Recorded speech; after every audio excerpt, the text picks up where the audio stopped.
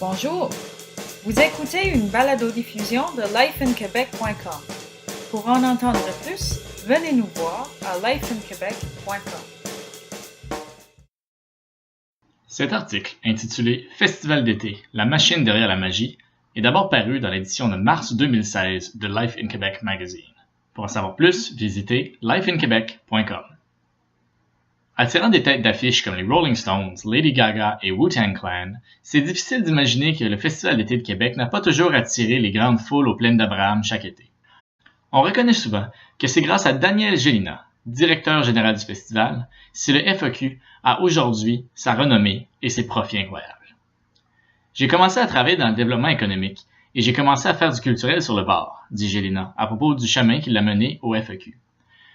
Sa renommée a commencé en tant que directeur de la Corporation de développement économique de la région de Masquinongé. Il a ensuite pris les rênes de l'Orchestre symphonique de Trois-Rivières pendant près de 10 ans.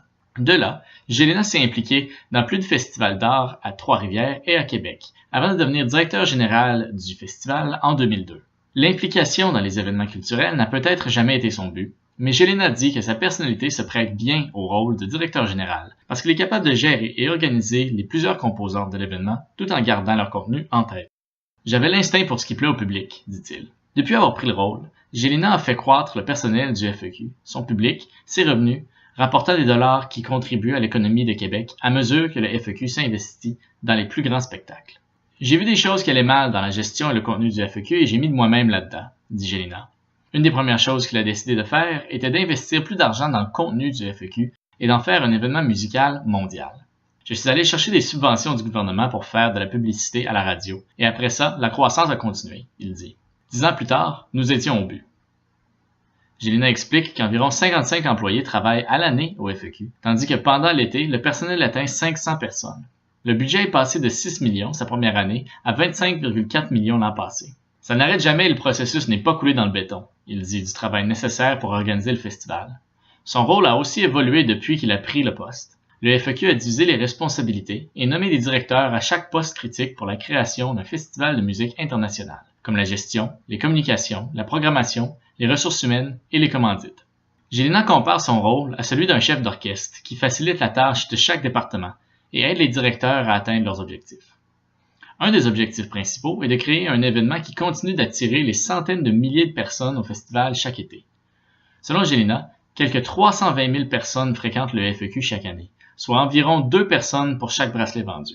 Il y a plus de 1,4 million d'entrées aux 300 spectacles sur 10 sites différents en 2015.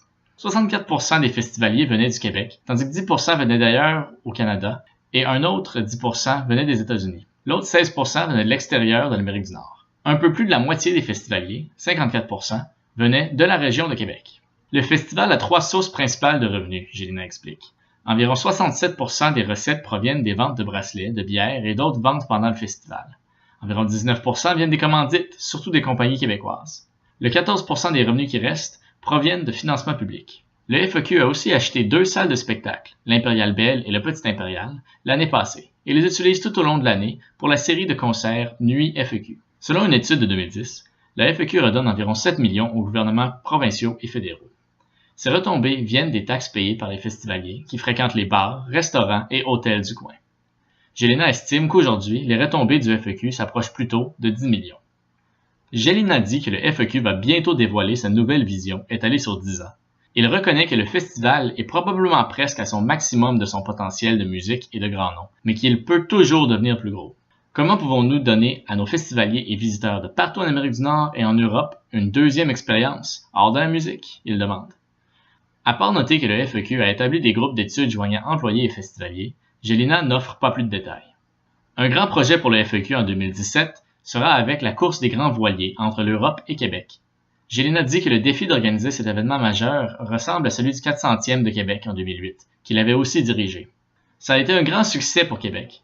Et c'était probablement le plus gros défi de ma vie, prendre le contrôle de l'organisation en crise avec une atmosphère très sombre, avec les médias qui se moquaient de notre célébration. Il dit que l'appui de la communauté a aidé à en faire un succès pour la ville entière. C'est un accomplissement dont je suis fier, et dont Québec est fier, parce que c'était l'accomplissement de tous les gens de Québec. Qu'est-ce qui s'en vient pour le festival et ceux derrière? Nous devrons attendre pour voir. La prochaine édition du FAQ se déroule du 7 au 17 juillet 2016. Merci d'avoir écouté cette balado-diffusion de lifeinquebec.com. Pour encore plus de nouvelles, de commentaires et d'opinions, venez nous rendre visite à lifeinquebec.com. À bientôt!